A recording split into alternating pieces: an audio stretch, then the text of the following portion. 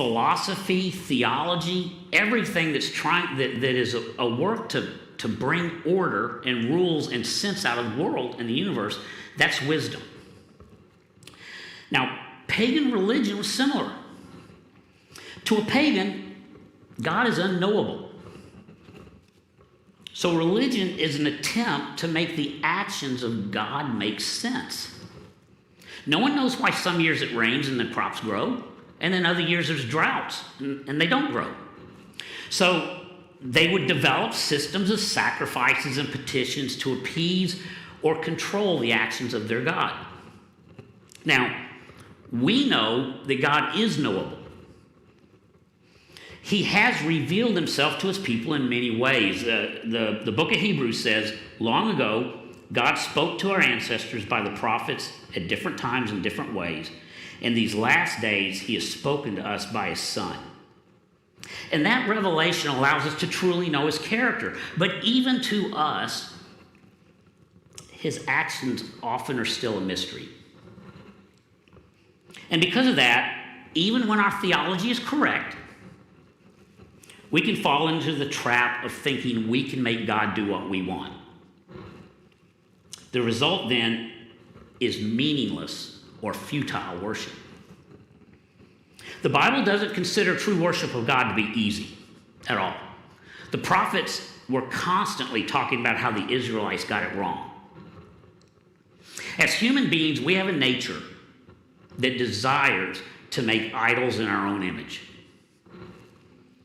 John Calvin wrote that the human heart is a perpetual idol factory. Even when our doctrine is right, we too often deny its truth by what we do and say.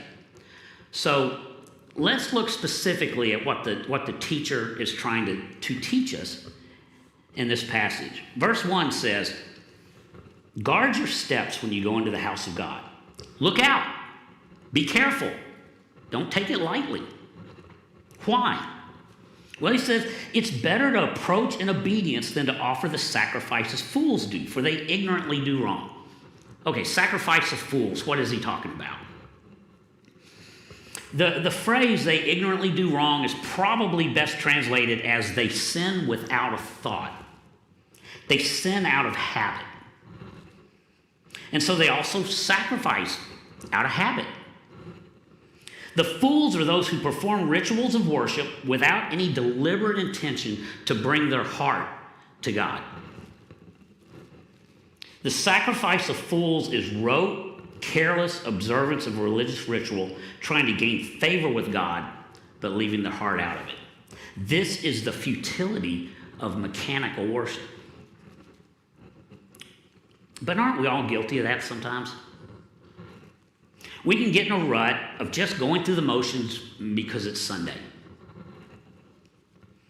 We worship, we give, we serve, but we're on autopilot. Our heart's not in it.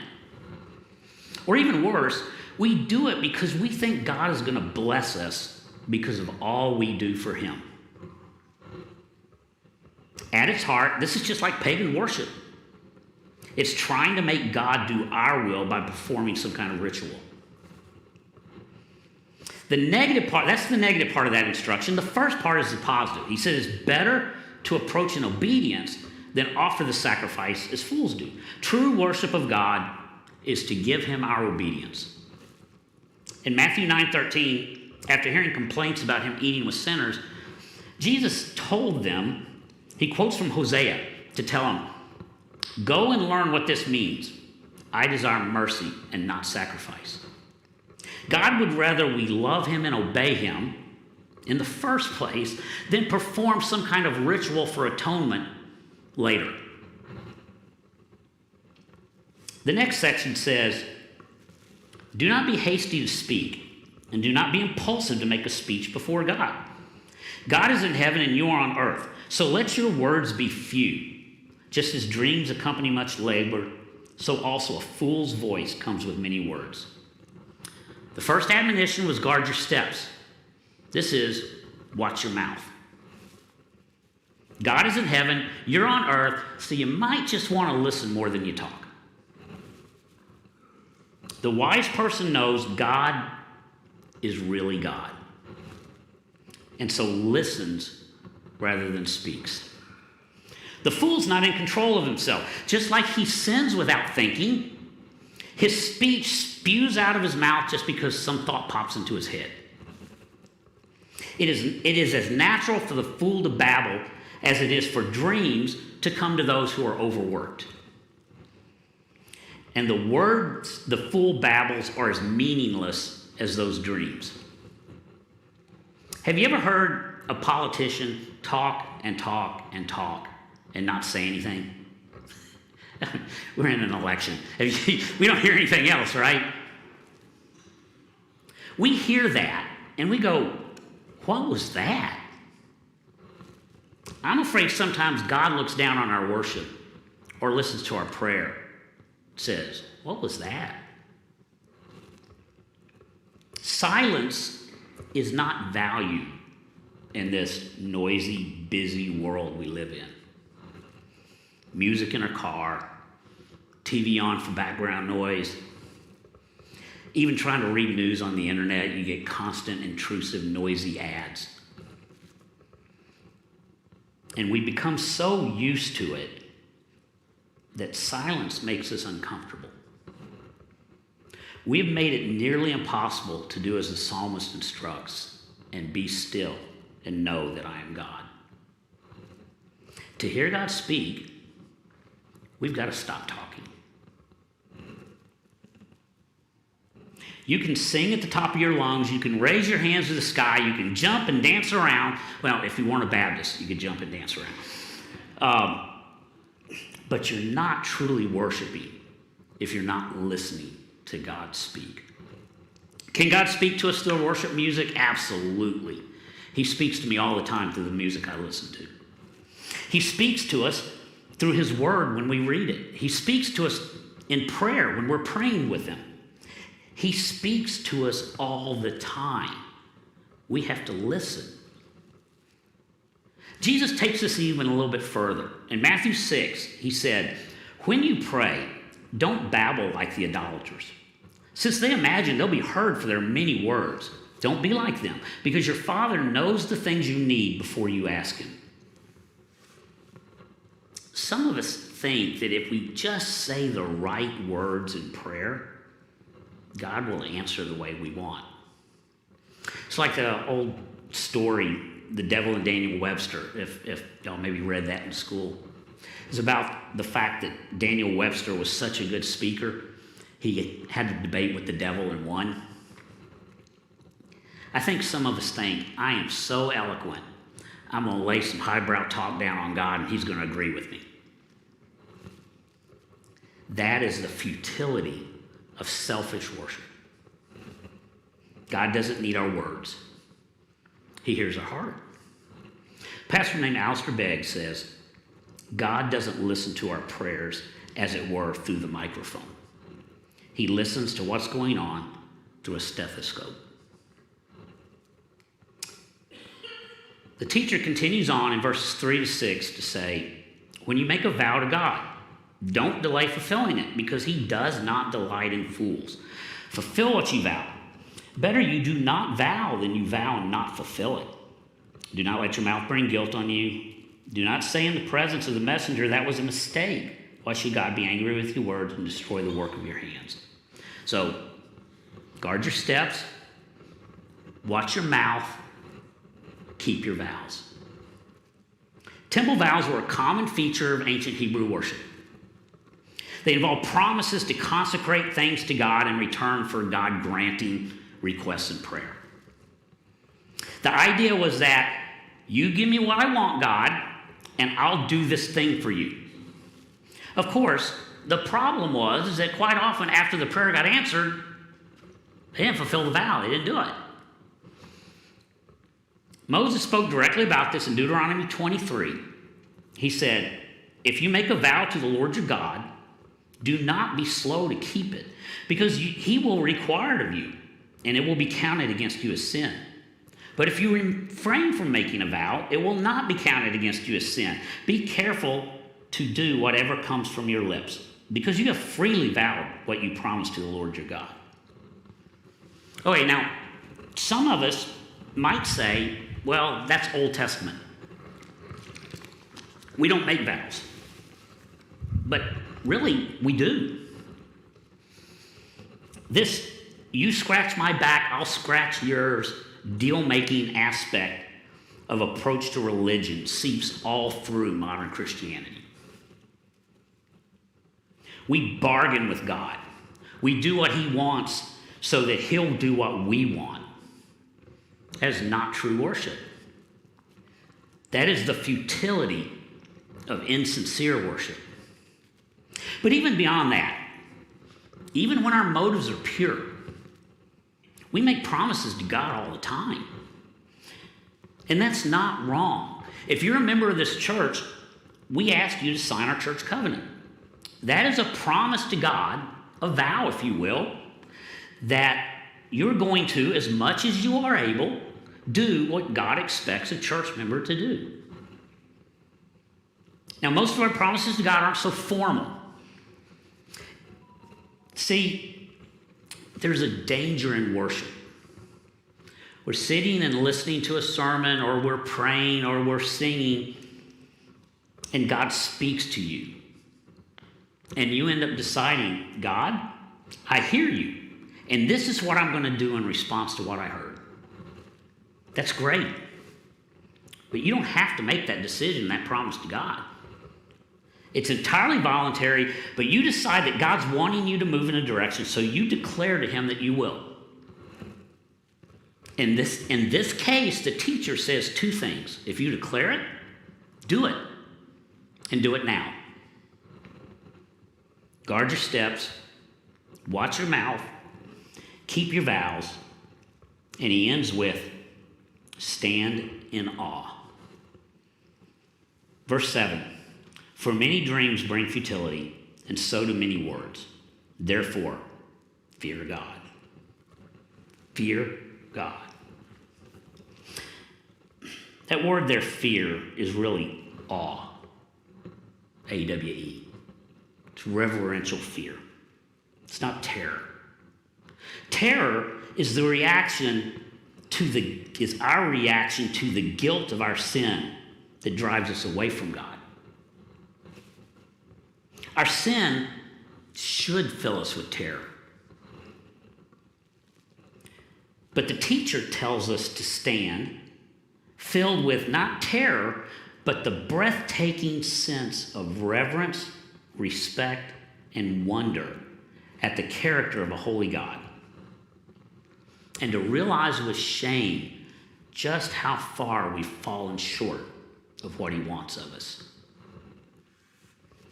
The psalmist wrestled with this when he wrote in Psalm 130, verse 4. He said, with you there is forgiveness, so that you may be, and the King James and ESV translations say feared. With you there is forgiveness, so that you may be feared. That sounds wrong. Shouldn't it be, with you there is forgiveness, so I don't have to fear? Other translations, versions of the Bible translate a little differently. They say, with you there is forgiveness, so that you may be revered. With you there's forgiveness, so that I can stand in awe of you. Right before that, in verse 3, he says, if you considered sins, Lord, who could stand? None of us could. We would have no hope. If God's very nature is to judge and punish sin, if he considered our sin, we would have no hope. We would live in terror of God. But we do have hope. God's very nature is also to love us and to be merciful. When we fully comprehend that, when it really breaks through and we can understand it, we say, with you there is forgiveness, so I stand in awe of you. That means I don't take your love and forgiveness for granted. I don't treat you as common. I don't make demands on you or bring you down to my level. No, I stand in awe of you. He is not looking for worshipers that are perfect. He's looking for worshipers that are humble and honest. What kind of God do you want?